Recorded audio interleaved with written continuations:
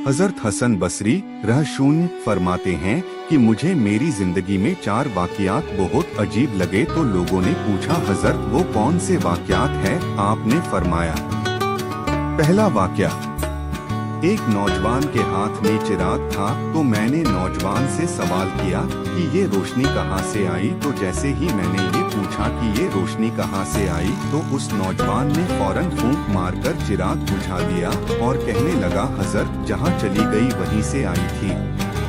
फरमाया कि मैं उस नौजवान की हाजिर जवाबी पर आज तक हैरान हूँ। दूसरा वाक़या, हसन एक बार 10-12 साल की एक लड़की आ रही थी, उसकी बात ने मुझे हैरान कर दिया। बारिश हुई थी, मैं मस्जिद जा रहा था और वो बाजार से कोई चीज लेकर आ रही थी। जब जरा मेरे करीब आई तो मैंने कहा कि बच्ची जरा संभल कर कदम उठाना, कहीं फिसल न जाना। जब मैंने ये कहा तो उसने आगे से जवाब दिया हज़रत मैं फिसल गई तो मुझे नुकसान होगा, आप जरा संभल कर कदम उठाना, अगर आप फिसल गए तो कौम का क्या बनेगा। कहने लगे उस लड़की की बात मुझे आज तक याद है। उस लड़की ने कहा था कि आप संभल कर कदम उठाना, अगर आप फिसल गए तो कौम का क्या बनेगा। तीसरा वाक़या, हसन एक बार मैंने एक हिजड़े को देखा।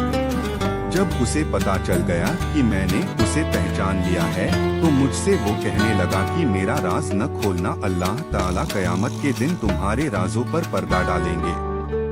चौथा वाक़या, हसन एक आदमी नमाज पढ़ रहा था।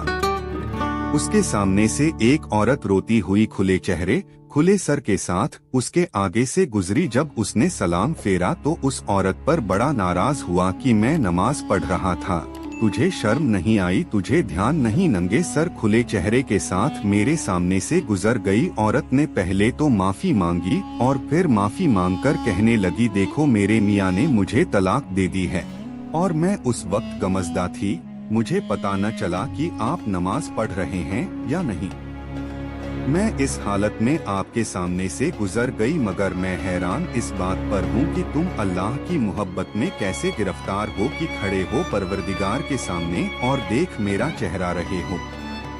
हसन बसरी रहशून्य फरमाते हैं कि उस औरत की ये बात मुझे आज तक याद है। सबक, और वाकई हमारी नमाज का यही हाल है। नीचे की मंजिल पर अगर नमाज पढ़ रहे हों और ऊपर की मंजिल में कोई हमारा नाम ले दे तो हमें नमाज में पता चल जाता है कि हमारा नाम पुकारा गया है।